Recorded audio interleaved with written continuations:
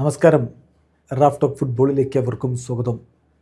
Super Copa D España വിജയിച്ച FC ബാഴ്സലോണയുടെ ആഘോഷ പരിപാടികളിലെ ഏറ്റവും സുന്ദരമായ മുഹൂർത്തം ഏതാണെന്ന് നിങ്ങൾക്ക് പറയാൻ പറ്റുമോ? ഏറ്റവും ഹൃദയത്തിൽ തൊട്ട നിമിഷം, ഒരു സംശയവും വേണ്ട, അത് റൊണാൾഡോ അറൗഹോയെ എടുത്ത് അവരിങ്ങനെ എയറിലേക്ക് ലിഫ്റ്റ് ചെയ്യുന്ന ആ രംഗമുണ്ടല്ലോ, അത് തന്നെയാണ്. റൊണാൾഡോ അറൗഹോക്ക് അവർ കൊടുക്കുന്ന പിന്തുണ, മെൻ്റൽ ഡിപ്രഷനിലേക്ക് അദ്ദേഹം പോയപ്പോൾ അദ്ദേഹം ഇനി ബ്രേക്ക് എടുക്കുകയാണ് എന്ന് പറഞ്ഞുകൊണ്ട് കളിയിൽ നിന്ന് വിട്ടു നിന്നപ്പോൾ ഒക്കെ ശക്തമായ പിന്തുണ ക്ലബ്ബും കോച്ചും ഒക്കെ കൊടുത്തു. ഇപ്പോഴിതാ സൂപ്പർ കോപ്പ ഡി എസ്പാനയുടെ ഫൈനൽ മത്സരത്തിൽ അദ്ദേഹം കളിക്കാൻ തിരികെ എത്തി. കളിയുടെ ഇഞ്ചുറി ടൈം 90 മിനിറ്റ് കഴിഞ്ഞ് 3 മിനിറ്റായ ഘട്ടത്തിലാണ് ലാമിനെ യമാലിനെ പിൻവലിച്ച് റൊണാൾഡോ അറൗഹോയെ ഹൻസി ഫ്ലിക്ക് കളിക്കളത്തിലേക്ക് വിടുന്നത്.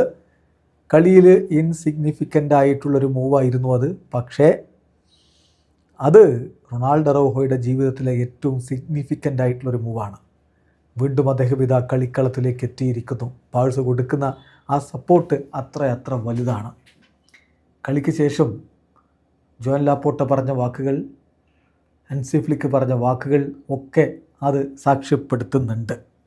ജോൻ ലാപ്പോർട്ട പറഞ്ഞത്, ഞങ്ങൾ ഈ കിരീടം ചൂടിയത് റൊണാൾഡോ അറൗഹോക്ക് വേണ്ടി കൂടിയാണ്. ഞങ്ങൾക്ക് ഞങ്ങളുടെ ക്യാപ്റ്റനെ തിരികെ വേണം. തീർച്ചയായിട്ടും ഞാൻ വളരെ ഹാപ്പിയാണ് അദ്ദേഹത്തിൻ്റെ കാര്യത്തിലെന്ന്. റൊണാൾഡോ അറൗഹോക്ക് ഇതിനേക്കാൾ നല്ലൊരു മടങ്ങി വരവ് വേറെ ഇല്ല. അദ്ദേഹത്തിൻ്റെ മടങ്ങി വരവ് മത്സരത്തിൽ തന്നെ അദ്ദേഹം കിരീടം ചൂടിയിരിക്കുകയാണ്. ബാഴ്സ ടീംമേറ്റ്സ് അദ്ദേഹത്തിന് ഒരു സമ്മാനം പോൽ ഒരു കിരീടം അദ്ദേഹത്തിൻ്റെ കരിയറിലേക്ക് വെച്ചു കൊടുത്തിരിക്കുന്നു.